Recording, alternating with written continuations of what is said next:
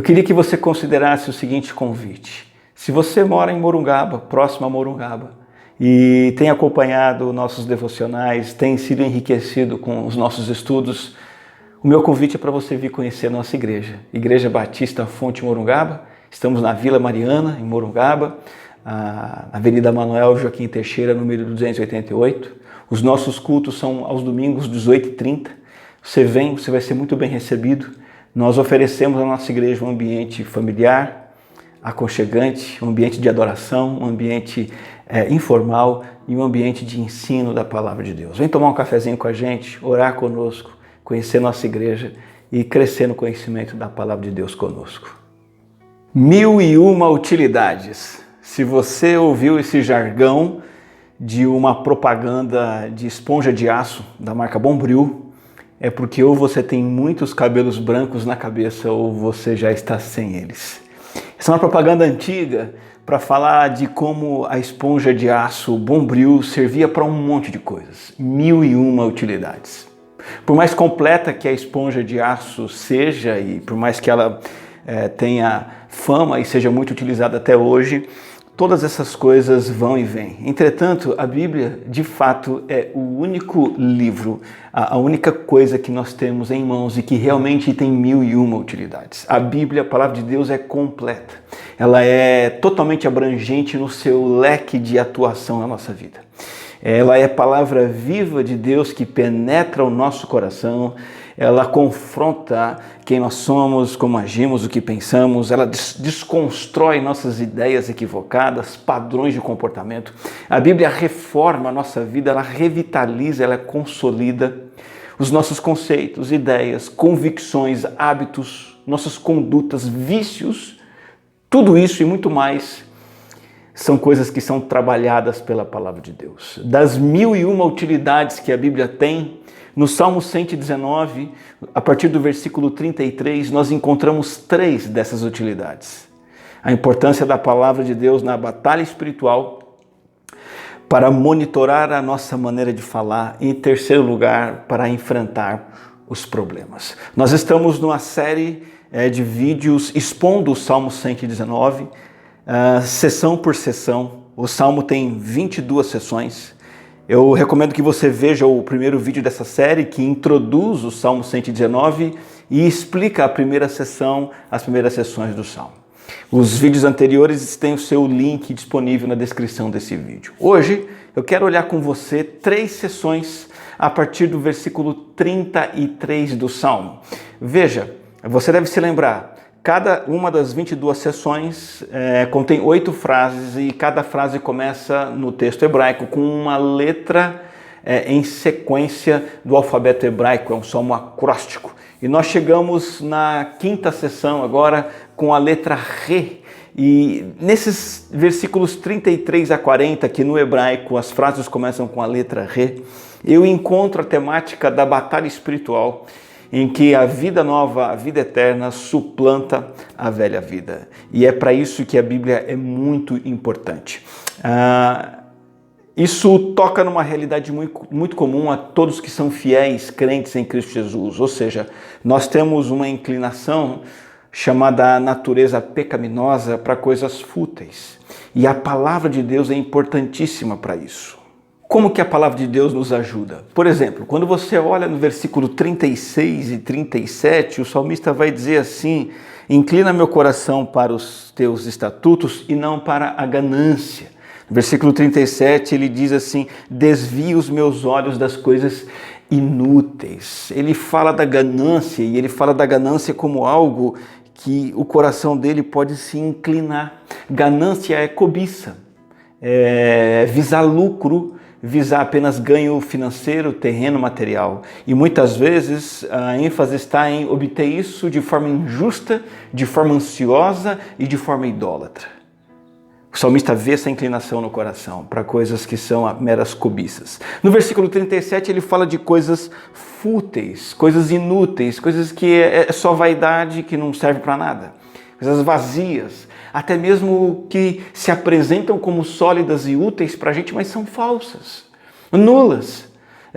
transmite uma coisa, mas não cumpre. São mentiras. Muitas vezes um padrão de conduta que você acha que é super legal e não presta para nada. Há essa inclinação do nosso coração para coisas fúteis e vazias. E o que o salmista faz? Ele fala assim: Deus, me livra. E me livra como? Ele sabe, inclinando o coração para aquilo que tem valor. A saber, como ele diz nesses versículos, para tudo aquilo que está na Bíblia. Desvia, tira os meus olhos das coisas que não têm valor e coloca os meus olhos nas coisas preciosas, as coisas que estão na Bíblia.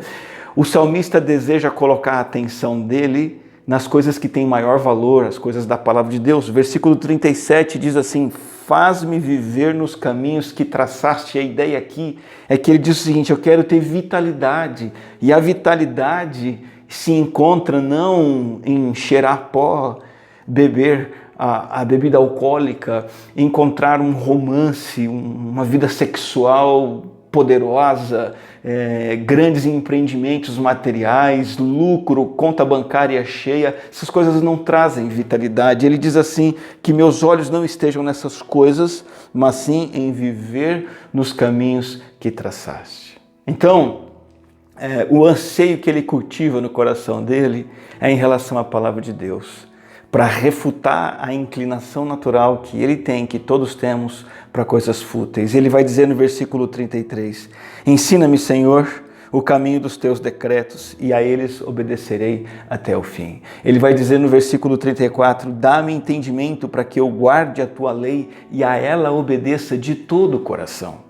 Ele vai dizer lá no verso 40, como anseio pelos teus preceitos, preserva a minha vida por tua justiça. Ele cultiva em si mesmo, ele força a si mesmo a ansiar pelas coisas da palavra de Deus. E no final das contas, é aí que está a verdadeira felicidade, e não nas coisas que a carne, a natureza pecaminosa busca. No verso 35, ele faz a seguinte afirmação: dirige-me pelo caminho dos teus mandamentos, pois nele encontro satisfação. Aí está a fonte de verdadeira felicidade, no caminho dos teus mandamentos. A cobiça, as coisas fúteis, não entregam a felicidade que prometem e que nós acreditamos que elas têm. Veja, dentro da teologia bíblica, vida velha ou velho homem são nomes que a Bíblia dá para a inclinação que todos temos dentro de nós para essas coisas que desagradam a Deus. Cobiça pelas riquezas, busca de coisas sem valor. Peça a Deus que sufoque essas inclinações no seu coração e te ajude a fazer isso. Clame a Deus para que você possa confiar e ter convicção plena de que a palavra dele tem tudo que vai te trazer verdadeira alegria, segurança, e você então pode ter sabedoria para viver. Há uma colocação do apóstolo Paulo lá no livro de Efésios, capítulo 4, em que ele diz para nós nos despojarmos de velhos hábitos maus, renovarmos a nossa mentalidade e nos revestirmos de coisas novas. E que isso seja uma realidade na sua vida. E essa é a proposta do Salmo 119. Há uma batalha espiritual interior. Essa batalha não é a batalha que nós estamos às vezes acostumados a pensar, de amarrar demônio, pisar na cabeça da serpente, fazer orações fortes para expulsar espíritos maus do território, nada disso. Batalha espiritual. Eu estou chamando de aquela batalha interior, em que a vida velha sempre nos chama para correr atrás de dinheiro, de sexo, de prazeres fúteis, de exibicionismo. Essa é a vida velha que nos atrai, e o salmista diz: Deus, tira meus olhos dessas coisas. E a batalha contra a velha vida é a da vida nova, em que a gente se volta para as coisas de Deus, na palavra de Deus. Na sua vida, qual das vidas tem saído vitoriosa? A velha, fútil, sem valor, ou a vida nova, a vida espiritual, a vida com Deus? A palavra de Deus vai fazer toda a diferença nesse sentido. A próxima sequência de versículos, a próxima sessão do Salmo vai do 41 até o 48. Cada frase dessa sessão vai começar com a letra hebraica Vav, é a sexta sessão. E aqui nós encontramos uma nova ênfase, a ênfase de como a palavra contorna e molda as nossas palavras. Como a Bíblia deve modelar o nosso falar. Por exemplo, há uma preocupação do salmista aqui no versículo 42 em relação à sua fala. Ele diz assim: Então responderei aos que me afrontam, pois confio na tua palavra. Ele está preocupado em dar respostas corretas para as pessoas que o atacam, que falam mal. Isso acontece na sua vida o tempo todo. E não é com o inimigo, não. É filho, é marido, é esposa, é patrão, é empregado. Um monte de gente fala mal, te afronta. Que palavras você deve dar? Que palavras você dirige a essas pessoas? No versículo 43 ele diz assim: jamais tires da minha boca a palavra da verdade. Ele está preocupado que o seu falar esteja impregnado das verdades da Bíblia. Lá no 46 ele diz assim: falarei dos teus testemunhos diante de reis. Ele está preocupado com as palavras que ele vai falar na frente de pessoas que estão em posição de liderança, autoridade e poder. E porque ele quer ter um falar comedido, correto, repleto da palavra de Deus, ele faz algumas resoluções para que esse falar seja dessa forma. Por exemplo, no 44 ele diz assim: obedecerei constantemente a tua lei para todo sempre. 45, andarei em verdadeira liberdade, pois tenho buscado os teus preceitos. Versículo 47, tenho prazer nos teus mandamentos, eu os amo. Uma declaração de amor pela palavra de Deus aqui. E versículo 48, a ti levanto minhas mãos e medito nos teus decretos. Para que ele tenha um falar saudável, abençoador, benéfico, ele faz essas decisões. Eu vou obedecer a palavra de Deus, eu vou buscar essa palavra, eu vou ter prazer nela e vou meditar nela. Ele tem grande afeição pela Bíblia. E eu preciso perguntar para você, para mim, quais assuntos, conversas e palavras estão saindo da nossa boca frequentemente no dia a dia? Política, negócios, futebol, fofocas, palavras chulas. Você costuma falar de suas próprias realizações e desejos? Você gosta de falar coisas engraçadas que chamem atenção para que as pessoas deem atenção para você? Outra pergunta, as suas palavras que você tem falado têm sido bênção ou maldição na vida das pessoas ao seu redor, na vida dos seus filhos? Você está abençoando sua esposa, marido, filhos, pais com o que você fala? As respostas que você dá? Os conselhos que você deixa? Suas opiniões, suas conversas são maduras, edificantes, abençoam? O que fazer para que seja assim? Olha, à medida que você busca conhecer a palavra de Deus, meditar na palavra de Deus, colocar nela o teu prazer, e ela vai permear e moldar você, seu coração. E sabe o que vai acontecer? Ela vai permear, moldar e modelar as palavras que saem da sua boca, suas conversações diárias. E o seu palavreado será uma bênção. Eu tenho que perguntar, isso tem acontecido na sua vida? Jesus já disse lá no Evangelho de Mateus 12, verso 34, a boca fala do que está cheio o coração. Ora Deus, meu irmão, irmã, consagra a Ele sua língua, o seu falar. Peça a Deus ajuda para você buscar a Bíblia, meditar nela, de modo que ela preencha teu coração, teus pensamentos. Você tem prazer nela e aí o que você falar vai estar baseado na Bíblia.